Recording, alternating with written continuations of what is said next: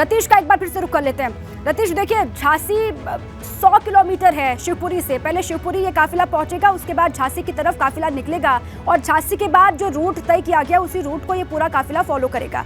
अब आगे पहुंचने में ये कहा, नितिन अभी बता रहे थे, रात को स्पीड जगह जगह पर कहीं पर कम भी दिखाई दी क्योंकि लाइट की कमी या फिर जो डिस्टेंस मेंटेन करना होता है उसको भी फॉलो करते हुए जो काफिले की गाड़ियां थी वो दिखाई दे रही थी। अब नेचुरल लाइट भी है और रास्ता भी, सड़कें भी अच्छी है, नितिन ये बता रहे हैं, तो हो सकता है स्पीड बढ़े भी और जो समय बताया गया उससे पहले भी काफिला पहुंच जाए प्रयागराज। बिल्कुल, देखिए सही कहा कि अब नेचुरल लाइट है। नेचुरल लाइट में जब हम भी गाड़ी चलाते हैं तो हम जल्दी डिस्टेंस को कवर कर लेते हैं, लेकिन रात में तमाम सारे बैरियर्स होते हैं। रात में जो हैवी व्हीकल्स होते हैं उनका भी काफ़ी ज़्यादा हाईवेज़ पर उतर आते हैं, जिससे जाम की स्थितियां भी रात में काफ़ी ज़्यादा देखने को मिलती है। लेकिन नेचुरल लाइट में गाड़ी चलाना काफ़ी आसान होता है और ऐसे में जो ड्राइवर है, जो अतीक अहमद का काफिला है, वो गाड़ियों को स्पीड अप ज़रूर करता दिखेगा। यानी ये माना जा सकता है कि जो एक एस्टिमेटेड टाइम बताया गया है कि इतने बजे तक अतीक अहमद को प्रयागराज लेकर के यूपी पुलिस और एसटीएफ की टीम पहुंच जाएगी, उससे हो सकता है जल्दी, चूँकि बुंदेलखंड एक्सप्रेसवे का रास्ता और एक्सप्रेसवे बिना किसी बैरियर के, बिना किसी रोक टोक करके एक्सप्रेसवे का रास्ता है, इसलिए उसमें स्पीड ज़रूर पकड़ी जाएगी। लेकिन उससे पहले अगर शिवपुरी और शिवपुरी के बाद झांसी का रास्ता कहा जाए तो रोड्स काफ़ी अच्छी है। झांसी की भी रोड अच्छी कही जा सकती है। जिस रोड पर हम चल रहे हैं उसी रास्ते से वापस अतीक अहमद को काफिला ले जाया जाएगा, यानी झांसी से जालौन की तरफ, यानी झांसी से कानपुर की तरफ रास्ता ले जाया जाएगा। ये रोड काफ़ी अच्छी बनी हुई है, 4 लेन रोड है, काफ़ी शानदार है, हाईवे है और ऐसे में यहाँ पर जाम की स्थितियाँ हम कई बार यहाँ पर आते हैं तो देखने को नहीं मिलती उस तरीके से। चूँकि सोमवार का दिन है इसलिए एक आशंका ज़रूर है कि स्थितियाँ थोड़ी सी प्रतिकूल दिख सकती हैं कि रोड्स पर, हाईवे पर जो गाड़ियाँ होती हैं वो ज़्यादा संख्या में हो सकती है, लेकिन फ़िलहाल ऐसी स्थिति नहीं दिख रही है कहीं पर भी। पूरे काफिले को अगर देख लिया जाए 12 घंटे से ज़्यादा का वक्त हो चुका है। 5:45 बजे कल शाम को अतीक अहमद का काफिला साबरमती जेल से निकला था और तब से गाड़ियाँ रफ्तार पकड़ते हुए चल रही हैं। कुछ ज़रूरी जगहों पर कुछ ज़रूरी कार्यों की वजह से गाड़ी को रोका जरूर गया, लेकिन तुरंत ही उन काम को निपटाने के बाद गाड़ियों को रफ्तार पकड़ी गई और गाड़ियां लगातार रफ्तार के साथ आगे बढ़ रही हैं। हम देख रहे हैं कि बीच बीच में पुलिस भी मुस्तैद दिख रही है, यूपी पुलिस।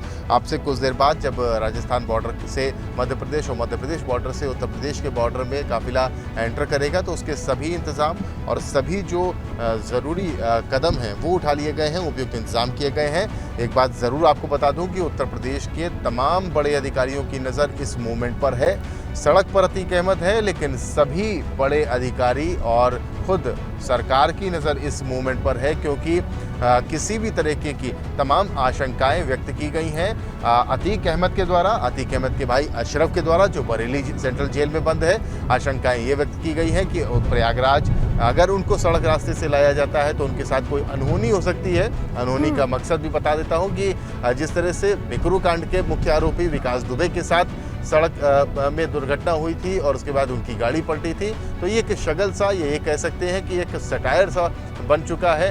हर अपराधी को खौफ सताता है कि उत्तर प्रदेश में योगी आदित्यनाथ की सरकार है और योगी आदित्यनाथ की जो पॉलिसी है और जिस तरह से वो बिल्कुल कठोर शब्दों में कहते हैं कि मिट्टी में माफिया को मिला दिया जाएगा, उसके बाद डर होना स्वाभाविक है, खौफजदा होना स्वाभाविक हो जाता है। ऐसे में अशरफ ने, जो अतीक अहमद का भाई है, और अतीक अहमद ने स्वयं ने कोर्ट के जरिए काफी बार ये प्रयास किया, राहत पाने की कोशिश की कि उनको सड़क मार्ग से प्रयागराज ना लाया जाए, क्योंकि काफ़ी लंबा रास्ता है, 1200 किलोमीटर से ज़्यादा का रास्ता है और ऐसे में किसी भी तरीके की कोई अनहोनी रास्ते में हो सकती है या कुछ भी हो सकता है। तो ऐसे में कोर्ट से राहत पाने की गुजारिश की थी, लेकिन कोर्ट ने इस बार कोई राहत दोनों भाइयों को नहीं दी है।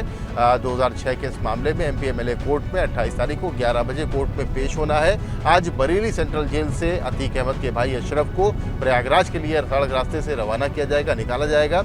अशरफ ने काफ़ी प्रयास किया था, उसने शर्तें भी रखी थी, उसने अपने वकीलों के जरिए ये पेश किया था कि अगर उसको बाहर निकाला जाता है कि तो कम से कम 4-5 वकील होने चाहिए और इसके अलावा उसकी सुरक्षा का ध्यान रखा जाना चाहिए अगर वो सड़क मार्ग से ले जाया जाता है। व्यक्तिगत पेशी से दोनों भाई छूट चाह रहे थे, लेकिन ऐसा नहीं हुआ। कोर्ट ने उनको व्यक्तिगत पेशी पर लाने के लिए सुनाया है। बिल्कुल ठीक है। अशरफ और अतीक दोनों ही अनहोनी की आशंका से इस वक्त डरे हुए हैं रतीश, और तमाम आशंकाओं से घिरे दोनों ही दिखाई दे रहे हैं। दोनों ही डर के साए में हैं, दोनों ही आशंकाओं में जी रहे हैं, कोई अनहोनी ना हो जाए। आप रहे हमारे साथ। नितिन का एक बार फिर से रुख कर लेते हैं। नितिन, देखिए वक्त लगेगा क्या अगर शिवपुरी ये काफिला जब पहुंचेगा तो वहां पर, क्योंकि राजस्थान का बॉर्डर खत्म होकर के मध्य प्रदेश का बॉर्डर लग जाएगा, तो कोई फॉर्मेलिटी यहाँ पर करने के लिए काफिला रुकेगा या फिर काफिला बिना रुके यहाँ से आगे बढ़ चलेगा झांसी के लिए? नितिन, देखिए, जिस तरीके से देखा गया कि 2 या 3 जगह काफिला रुका है, ज़्यादा काफिला नहीं रोका जा रहा, और रोका भी गया तो 5-7 मिनट से ज़्यादा कहीं भी जहाँ फ्यूलिंग कराई गई वहाँ देखा जाए, या एक जगह और अन्यत्र जगह देखा गया कि जिस तरह से रोका गया। तो कुल मिला के इस पूरे प्रकरण में ये देखा जा रहा है कि अतीक अहमद को लेकर जो सेंसिटिविटी बरती जा रही है वो हर स्तर पर बरती जा रही है। फिर चाहे वो बख्तरबंद गाड़ी है, प्रिजन बैन पूरी तरह से उसको कवर किया हुआ है, वो कहीं से झांक नहीं सकता। दूसरी तरफ कमांडोज भी साथ में चल रहे हैं कि अगर कोई भी ऐसी अप्रिय स्थिति बनती है, आशंका जो टफ से टफ या खराब से खराब स्थिति को सरकार एंटिसिपेट करके चल रही है कि उस स्थिति से कैसे निपटा जाए, इसलिए ज़्यादा जगह पर कहीं भी रोका नहीं जा रहा। कहीं अगर नेचुरल कॉल है, वॉशरूम जाना है, या कहीं फ्यूलिंग है, इस तरह से 2 या 3 जगह ज़रूर काफिला रुका है। इसके साथ ही अब ये काफिला अब आगे बढ़ रहा है और शिवपुरी करीब 1.5 घंटे में पहुंच जाएगा, और उसके बाद चीज़ें उत्तर प्रदेश यानी जहां इस समय कहा जाए अपराधियों के लिए जो एक कब्रगाह बना हुआ है वो सूबा, वहां पहुंच जाएगा। और अतीक अहमद को इसी बात का डर है। यही वजह है कि जब कोर्ट ने सशरीर उपस्थित होने के लिए कहा, तो चाहे वो अतीक अहमद हो या इससे पहले जब पंजाब की रोपड़ जेल से मुख्तार अंसारी को लाया गया, उस काफिले में भी मैं मौजूद था। अब लगातार हमने उसको पूरा ट्रेस किया था, तो और मुख्तार अंसारी के चेहरे के भाव हम पढ़ रहे थे। तो जो भाव भंगिमाएं इस समय अतीक अहमद की नज़र आ रही हैं, वो मुख्तार अंसारी की जब पंजाब की रोपड़ जेल से बांदा जेल में उसको शिफ्ट किया गया था तो नज़र आ रहा था। देखिए, उसको शाम को जब वो पहुँचेगा तो सबसे पहले उसके जो सामान है, जो सामर्थी सेंट्रल जेल में सामान है, उसका एक राजपत्रित अधिकारी उसकी लिस्टिंग करेगा, सामान चेक करेगा कि कोई सेंसिटिव सामान तो अंदर जेल में नहीं जा रहा। इसके साथ ही जब वो जेल में जाएगा तो सबसे पहले उसका मेडिकल, एक बोर्ड यानी डॉक्टरों का एक पैनल उसका मेडिकल करेगा।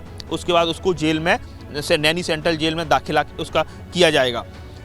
मीडिया की नज़र है तो जो अतिरिक्त कहा जाए जो सतर्कता है, सेंसिटिविटी है, वो प्रशासन, पुलिसिया एडमिनिस्ट्रेशन है और इसके साथ ही जेल प्रशासन बरत रहा है। ठीक है, ठीक है, ठीक है नितिन, आप रहे हमारे साथ, आपके पास में लौटती हूँ। देखिए, मनीष भी मेरे साथी लगातार कवर कर रहे हैं, फॉलो कर रहे हैं इस काफिले को। सुनिए, राजस्थान के 7 जिलों का सफर बिल्कुल सुरक्षित निकल चुका है और अब अंतिम पड़ाव में 12 को पार किया जा रहा है। और जैसा मैंने बताया, तकरीबन 65 किलोमीटर दूर हैं हम मध्य प्रदेश से, तो उसको देखते हुए लगता है क्योंकि अब सूर्य का उजाला फैल चुका है, सुबह हो चुकी है, बिल्कुल सब कुछ साफ नजर आ रहा है। ऐसे में किसी प्रकार की अप्रिय वारदात हो ऐसा नजर नहीं आता, लेकिन सुरक्षा कर्मियों की दाद देनी पड़ी हो, बिल्कुल पूरी तरह से चौकस रहे। और दोनों जो वेन आप सामने देख रहे हैं, जिसमें एक में अतीक है और दूसरे में सुरक्षा कर्मी, ये सशस्त्र सुरक्षा कर्मी पूरी तरह से चौकस हैं और खास तौर पर उस वेन को पूरी तरह से कवर किए हुए हैं जिसमें अतीक इस वक्त है।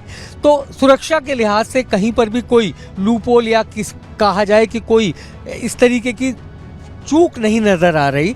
जब कभी भी अतीक को वेन से उतारा, 2 मौके ऐसे आए जब अतीक अहमद को पुलिस वेन से उतारा गया और उस वक्त पूरी तरह से सुरक्षा कर्मियों ने इस वेन को घेर लिया और किसी को नजदीक नहीं आने दिया। वो तस्वीर देख सकते हैं आप बिल्कुल स्पष्ट रूप से, जो वो आगे वेन है वो वही वेन है जिसमें अतीक अहमद और तमाम सुरक्षा कर्मी इस वक्त मौजूद हैं। तो राजस्थान का सफर खत्म होने को है मनीष, और उम्मीद करते हैं कि अगले तकरीबन 40 से 50 मिनट में ये काफिला मध्य प्रदेश के शिवपुरी में दाखिल हो जाएगा। शाहबाद अंतिम छोर है राजस्थान का, जहां से इस वक्त ये पूरा का पूरा काफिला गुजर रहा है और इसके बाद शिवपुरी और वहां से जो उत्तर प्रदेश की राह पकड़ी जाएगी, जो कि झांसी से होकर गुजरेगी।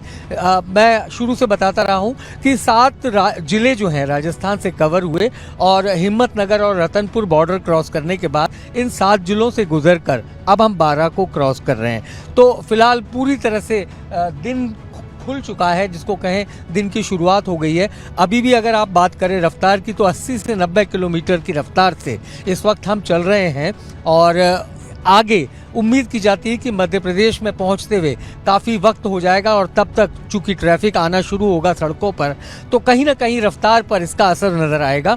लेकिन बावजूद उसके अगर सड़कों को खाली रखा जाता है, जिस तरह से उत्तर प्रदेश में डीजी ने डायरेक्शन दिए हैं कि सड़कों को खाली रखा जाए, उस वक्त अगर इस तरीके की व्यवस्था मध्य प्रदेश में देखने को मिली तो उम्मीद करते हैं कि शाम तकरीबन 5 से 6 के बीच में ये पूरा का पूरा काफिला प्रयागराज तक पहुंच जाएगा और अतीक अहमद को लेकर सुरक्षित उत्तर प्रदेश एसटीएफ वहां पहुंच जाएगी।